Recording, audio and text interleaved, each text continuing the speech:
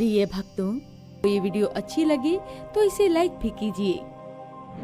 पौराणिक कथाओं के अनुसार राजा बलि श्री हरि विष्णु के परम भक्त प्रहलाद के पौत्र थे, परंतु उनके पिता विरोचन एक असुर राजा थे। इसीलिए राजा बलि के भीतर अपने पिता विरोचन से आसुरी और अपने पितामही प्रहलाद की तरह भक्ति भाव के गुण भी थे। वो एक असुर तो थे, परंतु उसी के साथ वो एक दयालु और दानवीर राजा भी थे। राजा बलि कभी अपने द्वार पर आए किसी भी जन को खाली हाथ नहीं जाने देते थे। उनके लिए दान का महत्व सबसे अधिक था। एक पौराणिक कथा के अनुसार राजा बलि ने दैत्य गुरु शुक्राचार्य की प्रेरणा से अपने पिता के आसुरी गुणों के प्रभाव में आकर देवलोक पर आक्रमण कर दिया और देवताओं पर विजय प्राप्त करके तीनों लोकों पर अपना आधिपत्य स्थापित कर लिया।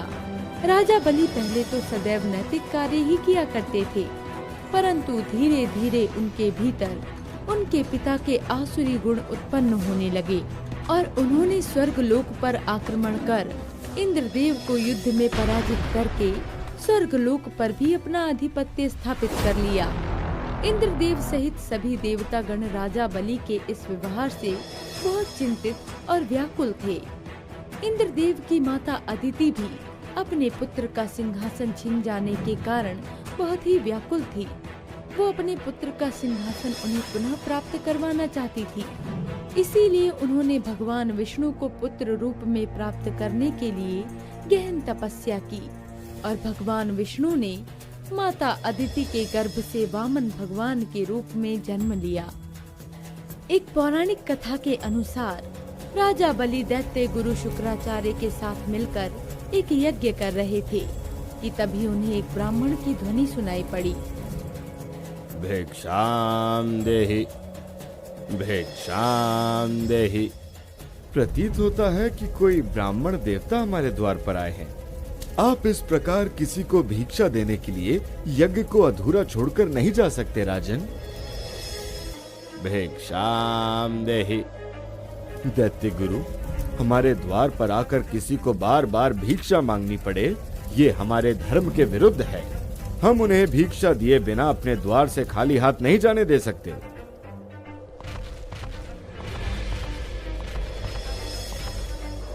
भिक्षाम देहि। प्रणाम ब्राह्मण देव, कहिए आपको हमसे क्या चाहिए? स्वर्ण, मोती, आभूषण, कहिए ब्राह्मण देव। एक ब्राह्मण को भिक्षा के अतिरिक्त और क्या चाहिए राजन? आप बस मुझे मेरी भिक्षा दे दीजिए। उचित है ब्राह्मण देव, कहिए आपको हमसे क्या भिक्षा चाहिए? मुझे तो आप केवल 3 पग भूमि भिक्षा में देने का उपकार करें राजन। क्या केवल 3 पग भूमि? परंतु 3 पग भूमि आपके किस काम की? इतनी कम भूमि में तो एक साधारण मनुष्य ठीक से खड़ा भी नहीं हो पाएगा ब्राह्मण देव। एक साधारण मनुष्य के लिए भले ही 3 पग भूमि पर्याप्त ना हो राजन, परंतु मेरे लिए पर्याप्त है। आपके द्वार से तो कोई भी खाली हाथ नहीं लौटता, तो फिर मैं भी यहाँ से खाली हाथ नहीं लौटूंगा राजन। वामन देव को एक साधारण मनुष्य समझकर और स्वयं को सर्वश्रेष्ठ दानी समझकर राजा बलि अपने अहंकार में आकर वामन देव को 3 पग भूमि देने के लिए तैयार हो गए। ठीक है ब्राह्मण देव, हम आपको 3 पग भूमि दान में देते हैं।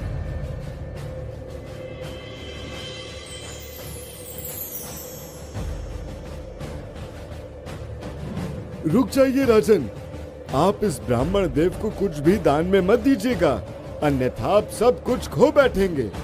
सत्य तो ये है कि ये कोई ब्राह्मण देव नहीं, अपितु स्वयं श्री हरि नारायण हैं। श्री हरि का नाम सुनकर राजा बलि बहुत प्रसन्न हो जाते हैं कि स्वयं श्री हरि उनके द्वार पर भिक्षा मांगने हेतु पधारे हैं। दैत्य गुरु, हम कदापि अपना दान धर्म से अपना पग पीछे नहीं कर सकते। ब्राह्मण देव को यदि 3 पग भूमि चाहिए तो वो हम अवश्य देंगे। ऐसे नहीं राजन, संकल्प कीजिए कि आप मुझे 3 पग भूमि दान में अवश्य देंगे।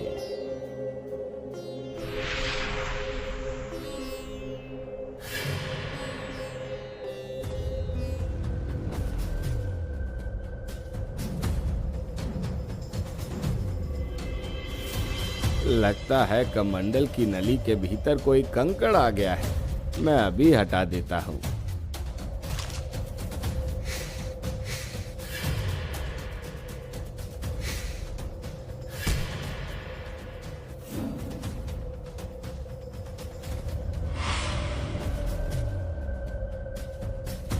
ये लीजिए राजन, संकल्प कीजिए।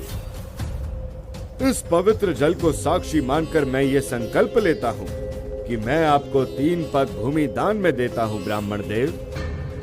राजा बलि के संकल्प लेते ही वामन देव बहुत ही विशाल रूप धारण कर लेते हैं और अपने पहले पग से उस समस्त पृथ्वी लोक को नाप लेते हैं।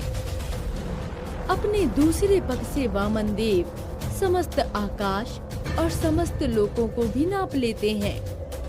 राजन, आपने तो मुझे 3 पग भूमि दान में देने का वचन दिया था, परंतु मेरे पहले पग में समस्त पृथ्वी और दूसरे पग में समस्त आकाश समाप्त हो गया। अब मैं अपना तीसरा पग कहाँ रखूं राजन? हे करुणा निधान प्रभु, मुझे क्षमा करें। मैं स्वयं को इस संसार का सबसे बड़ा दानवीर समझता था। मुझे स्वयं पर अहंकार हो गया था। आज आपने मेरे इस अहंकार को नष्ट कर दिया प्रभु, परंतु मैं अपने लिए गए संकल्प को अवश्य पूर्ण करूंगा। इसलिए मेरे पास अब जो शेष है वो केवल मेरा शरीर है। आप अपना तीसरा पग मेरे शीश पर रखकर मेरे संकल्प को पूर्ण करें।